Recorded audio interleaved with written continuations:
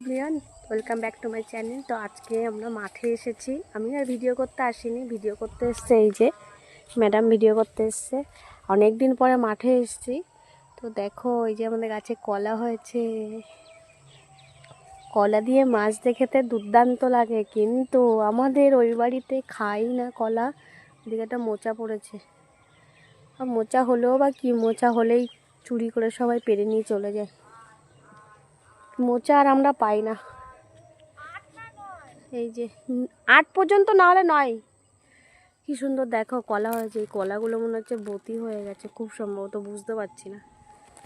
আর এদিকে সর্ষে বাগান দেখো, ছোট্ট ছোট্ট দেখে গেছিলাম, কি সুন্দর লাগছে দেখতে।